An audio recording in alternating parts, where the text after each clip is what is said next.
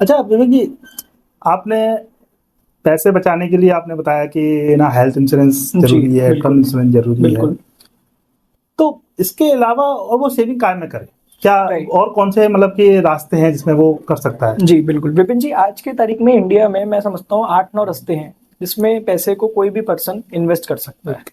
और ये ज़रूरी भी है कि वो हर जगह थोड़ा डाइवर्सिफ़िकेशन लाए, एक जगह पैसे को ना रखे। यस। क्या होता है, आज जैसे मान लो मैंने सारा पैसा स्टॉक्स में डाल दिया, अब मार्केट गिर रहा है, तो वो स्टॉक्स की वैल्यू नीचे जा रही है, तो बिल्कुल। पैसा डूबेगा।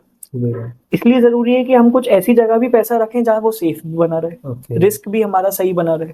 तो जैसे अगर हम इंडिया में बात करते हैं, तो अगर आपको प्रॉपर नॉलेज है, आपको स्टॉक्स में इन्वेस्टिंग करने की नॉलेज है, आपको चार्ट्स पढ़ना आता है, आप मार्केट के अप एंड डाउन को पढ़ सकते हो, उसको नॉलेज है, आपको जानते हो आप उसको, तो आप स्टॉक्स में इन्वेस्ट कर सकते हो, किसी पर्टिकुलर कंपनी के शेयर्स की ट्रेडिंग कर सकते हो, इंट्राडे ट्रेडिंग कर सकते हो, ये सारी चीजें कर सकते हो। अगर आपको वो डायरेक्ट नॉलेज नहीं है, तो फिर आप इंडिया में म्यूचुअल फंड्स के रास्ता अपना सकते हो। इसमें क्या होता है कि कोई एक फंड है, मान लीजिए, अब वो फंड का जो एक फंड मैनेजर होता है, वो बंदा इन्वेस्ट करता है कंपनी के स्टॉक्स में, तो आपको अपनी डायरेक्ट नॉलेज नहीं लगानी होती।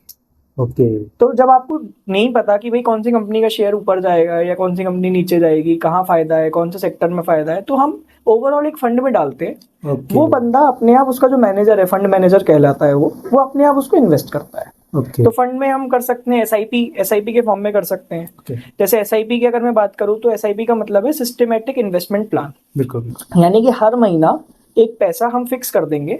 जो मैंने सेविंग्स की बात करी, तो मान लो 10,000 रुपये 50,000 वाला बंदा बचा रहा है, अब वो 10,000 रुपये वो सेट कर देगा कि भाई हर महीने मेरे अकाउंट से 10,000 रुपये इस तारीख को अपने आप कट जाए। ओके। और वो एसआईपी के फॉर्म में डिफरेंट म्यूचुअल फंड्स में इन्वेस्ट हो जाएंगे।